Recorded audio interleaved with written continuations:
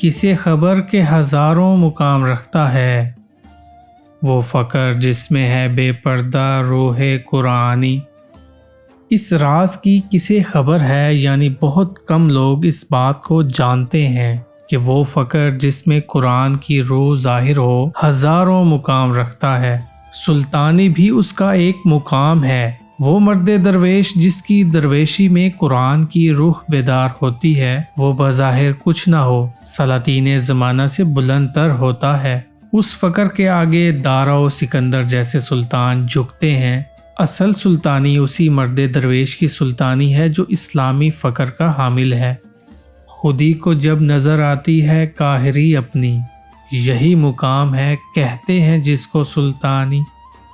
جب خودی کو یہ نظر آتا ہے کہ وہ اپنے اندر ہر دوسری شے پر غلبہ پانے کی طاقت رکھتی ہے اور وہ ہر ایک پر فاتحانہ شان سے حکمرانی کر سکتی ہے، تو اس کے اسی مقام کو ہی سلطانی کہتے ہیں۔ یہ وہ سلطانی ہے جس کو زوال نہیں ہے، ورنہ وہ سلطانی جو عام مفہوم میں سلطانی کہلاتی ہے آج ہے کل نہیں ہو سکتی۔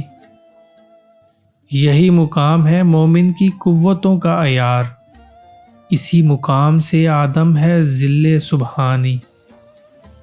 جب مومن خودی کے اس مقام پر ہوتا ہے کہ اس کی خودی ہر شے پر غلبہ پا لیتی ہے، تو یہی وہ مقام ہے جس سے مومن کی قوتوں کی پرکھ ہو سکتی ہے۔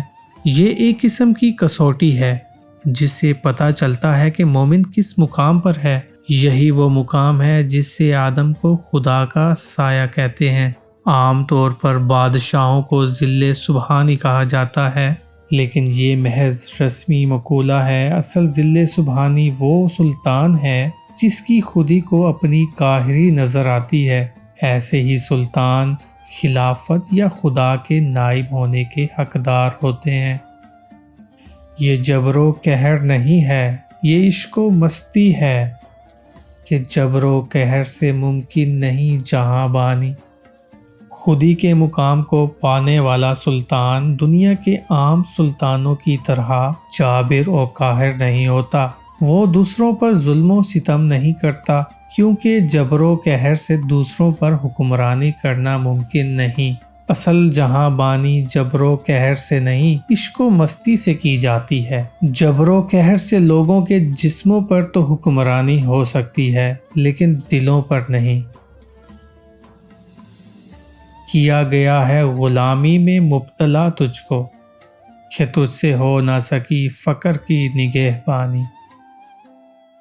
اس شعر میں علامہ اپنے دور کے مسلمانوں سے خطاب کرتے ہوئے کہتے ہیں کہ قدرت نے تمہیں دوسروں کا اس لیے محکوم بنا دیا ہے کہ تم سے اس فقر کی حفاظت نہ ہو سکی جو کہ اسلامی فقر کہلاتا ہے۔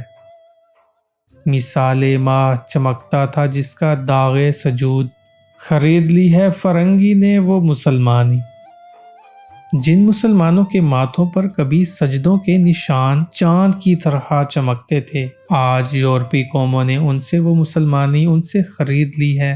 مراد یہ ہے کہ آج کے مسلمانوں نے اپنے مفاد اور غرض کی خاطر اسلام کی روح کو چھوڑ دیا ہے، اور محض رسمی مسلمان باقی رہ گیا ہے، اور وہ انگریزی تہذیب و ثقافت کا علمبردار بن کر اپنی مسلمانی روایت کھو بیٹھا ہے۔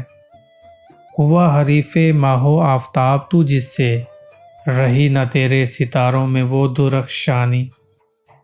آسمان پر چمکنے والے جو ستارے کبھی سورج اور چاند کے مد مقابل آتے تھے اور ان کی روشنی کو مدھم کر دیتے تھے، آج وہ ستارے خود اپنی روشنی سے محروم ہو گئے ہیں۔ سبب اس کا صرف اور صرف یہ ہے کہ مسلمان سے فقر کی نگہبانی نہ ہو سکی اور وہ اپنی خودی کے مقام سے گر گیا۔